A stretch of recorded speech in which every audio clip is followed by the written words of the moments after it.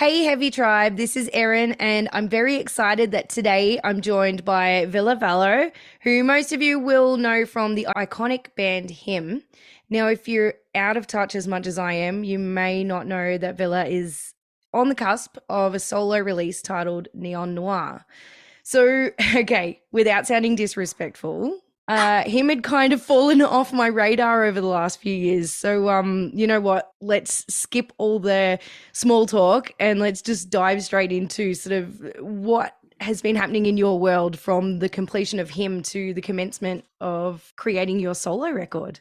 Quite a bit, to be honest with you. Thanks for having me, by the way. We released the last studio album by him in 2013, after which we sort of like tried to resuscitate the corpse of love metal for a few more years. That ended up in a farewell tour, in 2017. And ever since, I've been struggling like everybody else with the pandemic and basically just getting my poop together. I'm slow in writing songs. After him, him was such an important part of who I am. I met the guys when I was maybe 12 or 13, so we literally grew up together. After the band was done, of course, there was a whiff of sadness in the air. So it took me a wee bit to get back on the saddle and sort of find the inspiration to pick up the acoustic guitar and start working on this sort of melancholy racket that I'm known for. And during the pandemic, I started working on the forthcoming solo album by myself because I wasn't able to put together a new band. So I ended up playing all the instruments by myself and doing everything here actually, which I was able to finance because of the last tour by him. So once again, you have him to blame. Well, I mean, him was a big part of a lot of people's identity, I think, not just your own. And so there's a lot of excitement around the fact that you're back on board. I have listened to the album, so I can say to the listeners that anyone that is a fan of him will be happy because it's got your signature sound. But I did notice there was maybe some nuances with, or I want to say like a 80s-esque Bowie kind of vibe in some of the songs. Like I imagined that if they remade the Labyrinth today, that this album would would like be completely fitting as part of the soundtrack. Yeah, that's a mullet I want. Remember that. Yeah, okay. Miraculous. Yeah, indeed it was. Yeah, that was a good call. Well, at the end of the day, I did write 99%. Basically, I wrote all the hymn songs besides Wicked Game, the cover of a Chris Isaak tune. We kept on playing for many a year.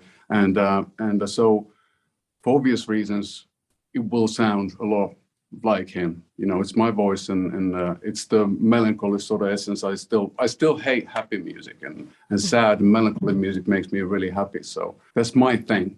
And I think the main differences come from the fact I'm a huge fan of the whole 80s goth stuff, new wavy stuff. I grew up in the 80s, so the whole aesthetic, that's probably the title for the album as well, came, so like at least part of it came from the neon lights of Miami Vice and all that stuff. So yeah, so basically I could just say that it's like a hymn album, but it's played a bit worse and it sounds more like the 80s. So this I did have the lads who played incredibly well, who played with him, and then they weren't such huge fans of Duran Duran and the Sisters of Mercy and the Chameleons and all that sort of stuff. So I was able to put all that influence onto the album, and it's great working on that by myself, by my lonesome, since I wasn't restricted. I didn't have to make compromises regarding scheduling or whatever. I could work on the most minute little detail until I was bleeding from the out and the inside. Well, I was going to ask actually, whether or not, and I know this wouldn't be a clear-cut answer anyway, but in terms of working with the guys from him or, just other musicians in general, like, do you prefer to be 100% sort of in the driver's seat, or is there something you miss about riffing with other people and them being able to contribute ideas that maybe you didn't think of? Or it's very problematic to always have the best ideas. But no, I think it's sort of the songwriting part fell onto my lap when we started with him. Nobody was really into writing songs, and then the rest of the lads, they were working. I was the only guy that was. My parents helped me out with my rents and stuff, so I was able to actually concentrate on music full time. So maybe just like I was just led into that position, and yeah, I can be a pain to work with. I'm very stubborn, like us Finns are, and I don't give up easy. So I have to, hats off to the lads for for taking all that abuse for what 25 years plus. So, but I then again, don't also, believe you're as mean as you are portraying yourself to be right now.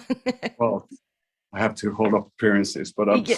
no, but it's also I think it's since we did grow up together with him, I always had the guys in mind when I was working on songs. So I knew kind of like how Mika, the bass player, would play his instrument. Likewise, as with Linda, the guitar player. So I always had them in my mind when working on a song. It was kind of like a custom.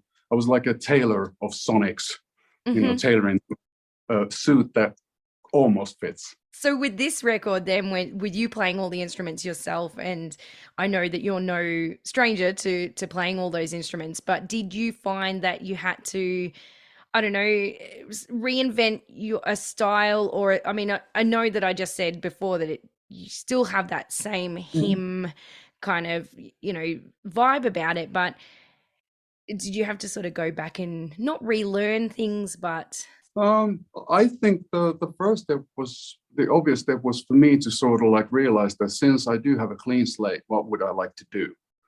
And I think that the surprising thing was actually to get back to like the zebra and its stripes and so forth. That the sound of the album is that it is a continuation of where we left off with him. Because of course, I had all these high hopes and massive visions that I'm going to be the next Tom York or something like that, but unfortunately never happened, and I ended up doing the same miserable stuff as always, and which is kind of endearing as well, because finding after all those meandering ways and adventures into the land of sonics, it was quite nice to find yourself back home in a very similar place, because that is what I do. For me, music is, and it has always been, about survival. It's my excuse to be on this planet. It's what I do. It is me, and I am it. So in that sense, it's not about decisions. It's about it's very instinctual and following your gut and following in the footsteps of Black Sabbath and Depeche Mode. Somewhere in between there, that's where I'm kind of like an indecisive bastard. I can't make up on my mind whether I want to be a metalhead or whether I want to do some rather gloomy electronica. So I'm still sort of like wavering in between, like a candle in the wind. Yeah, I did read or hear somewhere as well that you, because this record was written through the pandemic, you kind of fell into almost a angsty teen-like state during the pandemic, and that kind of was a driving factor behind the feelings of the songs. Is that right? Well, I'm not sure if the pandemic had anything to do with the angsty teenage vibe. I think it's forever there. Maybe sort of like the black hole that COVID was at its worst, when there was no life outside whatsoever, and nobody was able to meet up with anybody. I wasn't able to meet my parents for year and a half or so. It was weird, but I think that the sort of like the main existential questions popped up from maybe teenage years or even before. What the hell am I doing here? Does it make any sense? Why do I feel like an outsider? I really honestly do feel that I don't belong. What to do about it? And the answer is to write some music. It was really odd actually feeling that stuff. I haven't felt that in many, many a moon, like to feel like I don't belong. And it's quite a powerful feeling, because it's an all-encompassing sort of, it really pushes you down.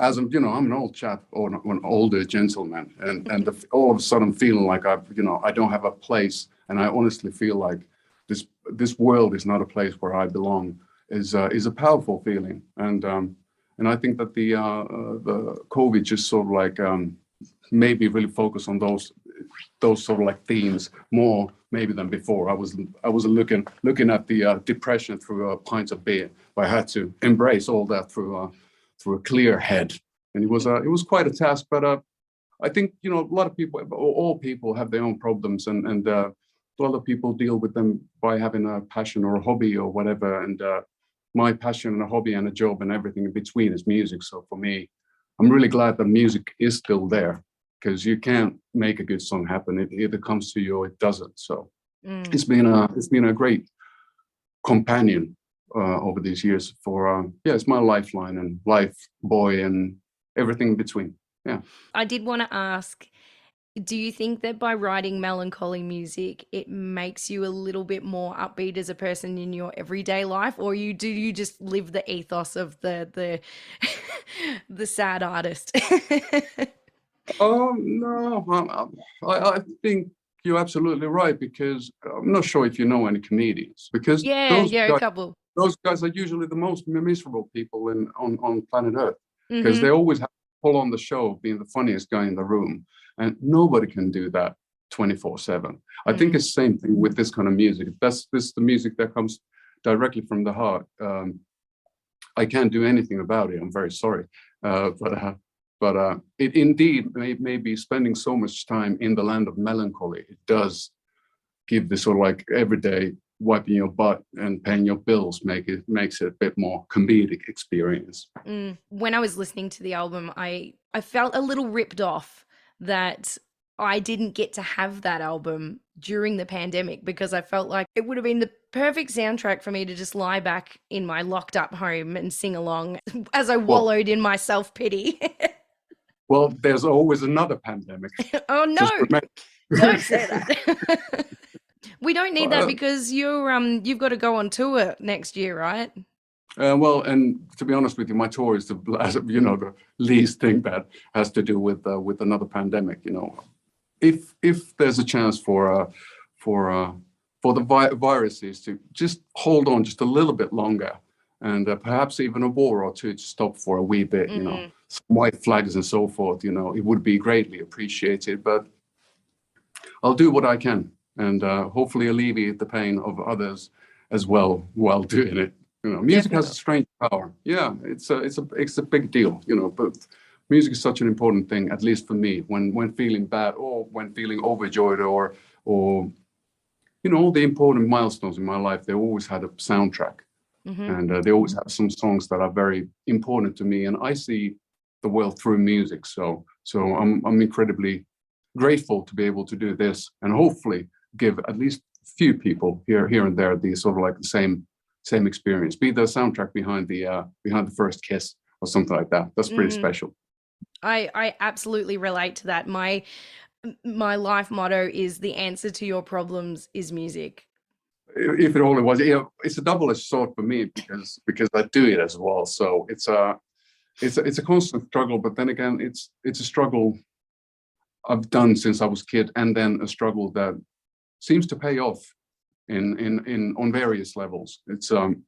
I can live without it. So but let's not even go there. Thinking about whatever could end music for me and how I would react to that. It's a complex question. Well, I mean, for me personally, that was the biggest problem that I had with the pandemic was live music stopped. I'm in a band as well, so I couldn't perform. I couldn't, meet up with my bandmates. We couldn't go to shows, and so I know there was many other big problems with the pandemic, but when music is sort of the center of your universe, musicians, artists, and music lovers really felt that. Yeah, and I think they still do. A lot of technicians, a lot of great lighting engineers, and a lot of great truck drivers. They switched their way of making a living because they couldn't tour at all. It was a long time. It was funny, for example, getting a bus for the summer 2023, more than a year before, was quite a task, because it's not there anymore. The gear is not there anymore. The people are not there anymore, like good front of a house mixing engineers and the lighting technicians and all that stuff, because they couldn't afford just to wait. It's a big deal, and this business, it'll affect it for many years to come. But then again, you have to think in terms of that maybe it enables new people to hop in and give new sights and sounds, and maybe take it up a notch, another level or so forth. So try to see the positive in the negative.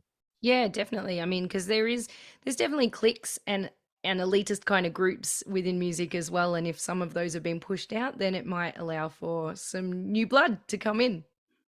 Yeah, but then the problem always is that who's the one to make that call? So True, you know, true. we can't decide for the others. I think the only answer to that is that the audience are the ones to make the decision. If they don't Hmm. buy the T-shirt, then we're doomed. Yeah.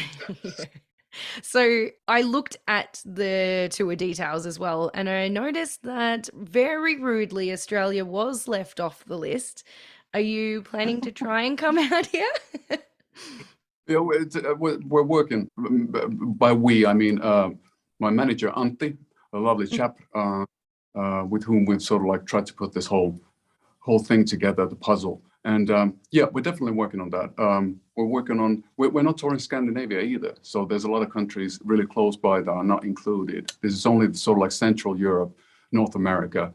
I'd love to visit South America and Japan, Australia, New Zealand as well. We played Auckland once with him, Mhm. and you know, I spent a lot of time and put a lot of love into the album. So it'd be nice to, if there's people who are interested in what I do, you know, it'd be nice to be able to sort of like spread the message or whatever you want to call it, shake my bum on stage for an hour and a half. You know, it'd be amazing. It's been a while since we've been there, so we're working on it. But it's the COVID thing still affects it a bit, and then Mm. the timelines are just a bit crazy because so many bands or their tours were pushed forwards because of COVID. So all of a sudden, when doors started opening and the lockdowns weren't there anymore, all of a sudden it was a bazillion bands touring at the same time. And that's quite problematic as well. So we're trying to figure it out. I'm not sure if you have any touring festivals like you did back in the day with Soundwave and all. Yeah, Is this? we've got one called Good Things, which is happening this weekend coming actually. So yeah, they are starting to pop up again. Oh, So, cool. That was yeah. such a special thing as being a foreigner because it's the only festival in the world where you would actually travel with all the other bands. So, Yes. because normally when you play a festival, you maybe get to see another band, or, you know, shake hands for just a few minutes. But on the Soundwaves, you were able to you share some buses, you shared some airplanes. So it was quite entertaining and quite funny. I had the greatest time, and I had made a lot of new friends there. So it was quite special. Yeah, because I don't think a lot of foreigners realize just how spread out everything is in Australia. And we've only really got a handful of capital cities and they're so far away from each other. And so, yeah, our festival circuits are much, much different to the ones overseas. Yeah. Well, that's the beauty of it all. It's nice that it's different and Yeah. gives a different perspective. And then at least the Soundwave, all the bands usually the lineup was always amazing. It was Mm. nice to fly on the same planes that you know we always fly coach, but there was it like Jane's Addiction and Faith No More or whomever were in the business class. So I was always walking past Perry Farrell or whatever. It was a big deal for me because I grew up with that sort of music, like Ritual de la Habitual, and then again Angel Dust and all that. So I was in good company. I love that people of your stature still do get starstruck by people as well. I think we're all fans at the end of the day. You know, it's Yeah. and nobody's reinventing the wheel, so to speak. So we're just, you know, however you want to put it, standing on the shoulder of giants or whatever. But Hmm. yeah, I remember I was hanging out with the Ishan from Emperor. It was a gala thing in London many years ago. It's funny we were talking about music or whatever. You know, we're about the same age, and they come from sort of like he's from Norway, I'm from Finland, so talked about all sorts of music, but just a few minutes later on, Steve Vai was walking past there. You should have seen our face.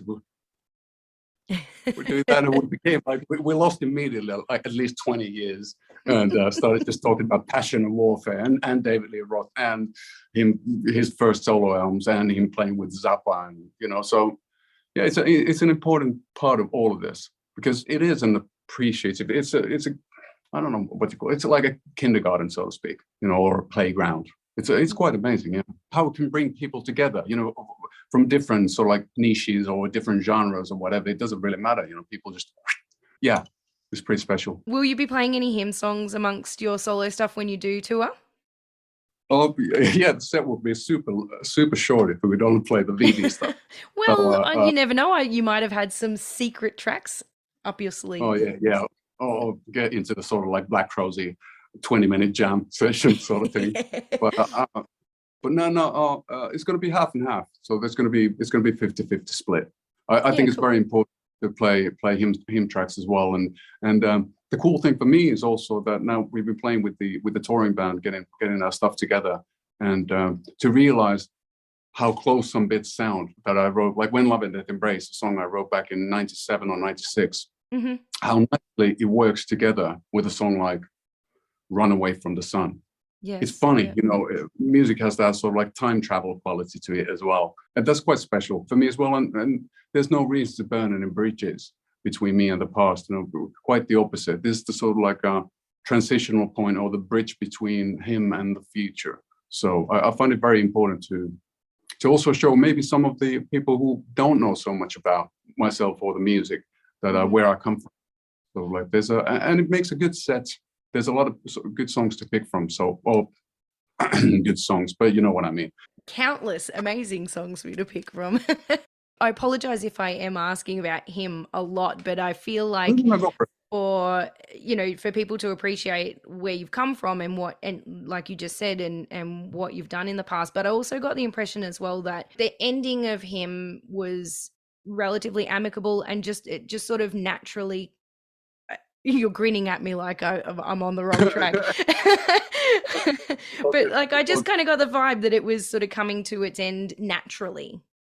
Yeah, so it felt, and we honestly tried our best to revive the vibe, and it sounds really boring to say that we lost the spark, but that is exactly what happened. It just felt that nobody's hearts or minds were into him that much. It started to feel not necessarily like a job, but and not a chore, but it started to be a bit of a burden on an occasion. It seemed that everybody wanted to do their own things rather than playing him, and that's not fair for the entity him. We were together for such a long time, grew up together, experienced a lot of highs and a lot of lows. And there's just some beauty of collectively saying that this is it, we're done. Let's do this one last track. Let's enjoy it. Let's give ourselves and hopefully the people as well what they want to hear, and just call it a day. There's something sort of like Zen-like about that sort of closure that it felt very right. And I'm glad that we did it at the time we did, because I can't imagine where we would be now, maybe just doing a best of tour or something like that. And really, yeah, there was no it wasn't a choice really. We were just done with it all. And that doesn't mean that we're not ever going to play together anymore. I don't know, because we are we're still mates and all that. But I think it's important to do something a bit different, to do a bit of a 180 on top of a 180, which led me to this kind of an album. But yeah, well, I mean, artistically, if you're not aligned, then forcing something, the next thing you'll be doing is creating a documentary about how you've got a therapist trying to work out how to write your next album for you. So, Thank God there's no bands like that. Oh, I'm getting to be honest with you, now. to be honest with you, Metallica can do whatever they want to do after the great albums they've made. So very, very true. Very, very true. And they're trying to survive as well. And I wouldn't be surprised that there's a ton of bands who've gone through very similar things, but Metallica, for whatever reason, chose to do it in public. I think that's the main thing that is the issue here. It's I'm a very sort of like a bit shy, or I don't want to draw too much attention to myself, as we Finns usually, this is the way we are, a bit like hermit-like. So it feels so weird, the whole Metallica thing when it came out, because at least in our culture, it's important to keep some stuff to yourself, or the other way around. It's not necessary to open up everything. Air your dirty laundry. Yeah. But then again, it might be that was the thing they needed to do to be able to, make great albums afterwards. Yeah, true that. I love Lars. I think that after John Bonham, Lars is probably one of the most important drummers. He's such a recognizable style. And, I was just about to say, and he's so divisive. And I think anyone that is a divisive character is doing exactly the right thing. Yeah, exactly. Yeah. Yep. Anyway, let's talk Metallica with Ville Valo. So that was what I was going to ask you, because you've already released a couple of songs from the album. Was the first one Love Letting? The first single was Love Letting. The second one was Echolocate Your Love third one that just came out is the Forever Lost. But then there was an EP that I released before COVID started, or right at that time in 2020, called Gothic, and that EP had Salute the Sanguine, Run Away from the Sun, and Saturnine, Saturnalia. So all those songs will be on the album, as you know. So plus 6 more tracks, I guess. And it's quite cool. It's going to be a double gatefold vinyl and a double vinyl. It's pretty long, so I split it to 2 different lacquers. So, I was going to say it's relatively long considering that it seems the trend these days is for albums to be around the 30-minute mark. Yeah, I think this is the weird logic behind, now it's all about singles. So albums should be like in the 50s, just a collection of singles. I think it can be both. I think you can have a great album with a story because it's nice how on an album a song reflects on the other song, and how the sort of like the whole roller coaster ride of an album, how much of a difference it can make, how much of a what you call an album track. Yes. How important the album track is, that you don't even realize it before you take it out. Mm-hmm. That's the music I grew up with. And talking about Jane's Addiction again, Ritual della Habitual had the weird thing that the whole A side on the LP was the fast tracks, and then all the weird psychedelic slow and really long ones, like 3 days and so forth, they went on side B. So I did a similar thing with this, that the first LP, the both A and B side, that's the kind of like stuff you can listen to when you're driving a car. Probably not on a vinyl, but anyway. But then the LP number 2 with the sides C and D, that's the more moody, gloomy stuff. So it gets weirder and weirder by each and every song. And I thought that's nice too. I tried to sort of like emulate the feel I got when I was a kid and saw Twin Peaks, the series, for the first time. That's sort of like semi-normal, so to speak, and then it just becomes weirder and weirder, and all of a sudden you're sucked into this weird new world that you've never experienced before. And I think that at its best, an album can do that, and a single can't do that. I completely agree, and I don't think the average listener would take into consideration how much thought goes into the order of tracks on an album or EP. Yeah, it's an art form, I guess. It's the whole thing, the whole package, the covers and the intros and the outros, and thinking about, okay, how it's going to sound when the needle goes off. And it's nice that vinyl is so well appreciated these days, as it is the only substantial format, the one that you can really hold, and photos look great in that that sort of 12-inch format, as opposed to CD, which was always a compromise. Even though you'd have the best and coolest digipacks, like the stuff that 9 Inch Nails did, or Rob Zombie, or Rammstein. I'm talking about old things, I'm an old person, so sorry about that, kids. Yeah, but I think it's a package, and it's nice to be able to consider it a package. I do consider it like a world building exercise. You build a world of your own with its own set of rules and sights and sounds, and then you're welcoming people to enter, whomever want to do that. It's not so far from like Tolkien's things, with its own images and with its own weird ways of describing the nature, for example, and all that stuff. I think it's marvelous, and it's very far from the sort of pop 3.5-minute pop song, the whole format. They both are there for a reason, and but they don't have to fight against each other, but they can. And we'll win.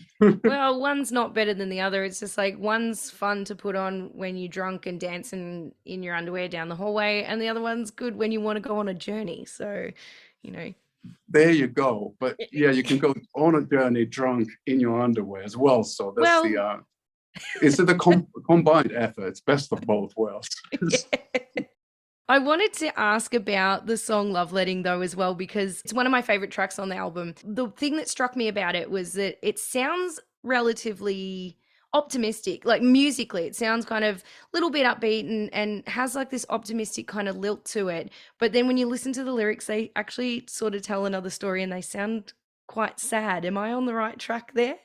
I think you are. I think it's a good song to sort of like discuss now, because I just realized that that's the track I made at the worst time of the pandemic, which was probably early 21, when it seemed that we're going to miss another summer. Nothing's going to happen. Everything's been pushed back. Nobody knows what's happening. People are dying every day more and more. And I think that that's the sort of like my desperate way of trying to inject positivity into the negative world, and we weren't inhabiting at that time. So that's probably the contradiction and the sort of like juxtaposition of those seemingly very yin and yang elements. It was quite, it was quite a miserable time. And I remember working on that song. It was one of those things that, when you just when you feel that you just want to let go of, and you can't let go. No point. Exactly, and that sort of speculation happens in the lyrics. It's about the sort of, when do you actually love more, when you let go? The sort of like how much, what's being considered selfish, and because it's not a give and take. It's about sharing, and it's quite a complex, algorithm, so to speak. Love is. Oh, yes. Multi-tentacled beast it is. Yeah. I think that's why I was drawn to that song, because I quite like a lot of folk music that does the same thing, where the songs are very uplifting, but when you listen to the lyrics, they're quite dark. The Irish are masters at it. They are indeed. And there is quite a bit of, the verses are very folky. They're very I grew up with, I love the early Cat Stevens, like the first cut is the deepest, and that sort of stuff, and Crosby, Stills, Nash and Young. It's something actually quite new to me. But then again, I tried to inject the song with the very 80s, very goth sort of the Mission guitar thing is as well. Not on purpose, but it just ended up happening because I was trying to fight the balance so it doesn't become too lighthearted, too much of a Luke Skywalker ditty. It has to have the right amount of Vader in it too. So it's an ongoing struggle trying to find that balance. But I'm happy if you found, because I think it's a tickling sensation when you're right on the cusp of those two emotions, where you're not sure. It's like dancing on a razor's edge between happiness and sadness, and it's great when you can feel both at the same time. Back in the day, I always thought that it has to be either or, but I think the combination of the sort of bittersweet, wistful, looking back, sort of not depressed melancholy, but sort of like elevated black celebration of sorts. That's what neo noir in itself, but what it creates in my head, the sort of vibe that we all struggle, we all have to make mistakes to learn anything about life in general. And the most stupid thing is to just do the same, keep on repeating the same mistakes again. So here we go, hoping to make new mistakes, and we're celebrating the fact that we're all F-ups and we all mess up, and we're still trying, we're still not letting go, and we're still striving towards, I don't even know where. But that's the funny thing about the human species. We like, even thinking about COVID, for example, that how many people wanted to start families. There's a lot of mates, a lot of people that had their first children brought into that kind of a world, and there's something really. I'm not a dad, as far as I know, so I just I felt that that's such an odd thing. But then again, having just a little chat, it felt like the most natural thing for all these people, and I got it, after discussions. But that's a funny thing. We have this weird survival procreation sort of thing that you can't take out of us. Yeah. I witnessed the same thing, and I thought the same thing. I'm like, who would bring life into this craziness? But yeah. But then again, actually, that is what they have to do. So God bless them. I do like to end with usually a fun question, just something a bit silly. But today for you, I have two fun questions because I'm greedy, and I also mainly just wanted to take the opportunity to flex some fangirlness because in the year 2006, I adopted a cat and I named him after you. Excellent. Yes. What kind of a cat? Just a domestic, boring old tabby. Thanks. But I always thought Ville was a very feline kind of name. Haven't owned a cat since. He only died a couple of years ago, actually. I haven't owned a cat since. My condolences. Yes. Yeah, bless his little white socks. But I decided I would ask you that if you were to name a pet after anyone, who would you name your pet after? Or maybe you've already done it. Well, yeah, my mom and dad, they have a little dog. I think it's a Norwich Terrier. And we named him Olavi. which is like Olaf. About after a very old school singer here in Finland. But I probably need. Hold on, I've been thinking about getting a dog, but I still have allergies and stuff. So, and being on tour is not fair for the dog. At the end of the day, it's a lot of hassle, and you can't tour with the dog properly. So, so at least that's what I've been told. But that's a good Not call. unless you're Johnny Depp. Yeah, but he can do fairly many things and get away with them. He got in trouble for bringing his dogs over to our country. Oh, he did, yeah. But you know, he's on another level, and God bless him. I'm a fan of his work. I probably that's a good question. What depending on the pet, I'd probably go with Ozzy. Yes, because it's such a simple answer, but it is so right, you know, and to be reminded about. Yeah, and Ozzy did in the 70s have this kind of fluffy, cool hair. So I can imagine actually the dog. Yeah. Well, you could get a pet bat and call it Ozzy. Well, maybe that's the first country I ever saw bats flying, you know, during sunset. We were at a festival somewhere. I was like, what kind of birds are those? No, mate, they're bats. Like, whoa. This is where I belong now. You know? But the bats, the big ones, the big fruit bats, is that what you're talking about? I think so. They were very far away. I didn't see them resting. I just saw them like a big batch of them flying over the moon. What's cool about those is that they actually have very dog-like faces. They look like little dogs. Yeah. And but they've got these big wings. They're really cool. Anyway. Yeah, baby. I could talk about Australian animals for ages. I'm a big animal person.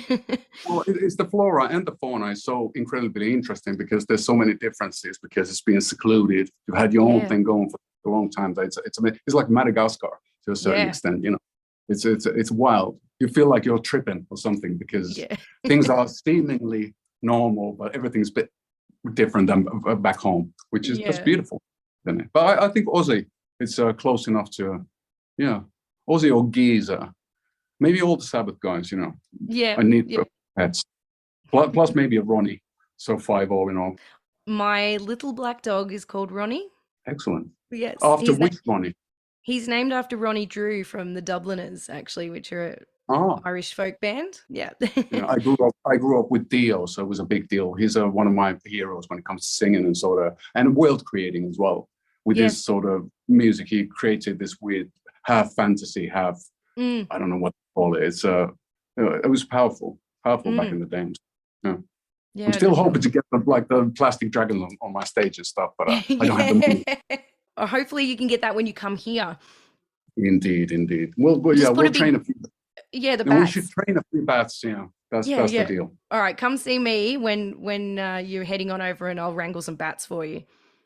Free rabies all around. No, ours have Lyssavirus, so you know we don't have rabies over here, so you're safe from that. But just Excellent. Last question, and I'm going to go back to your music. We'll talk music again.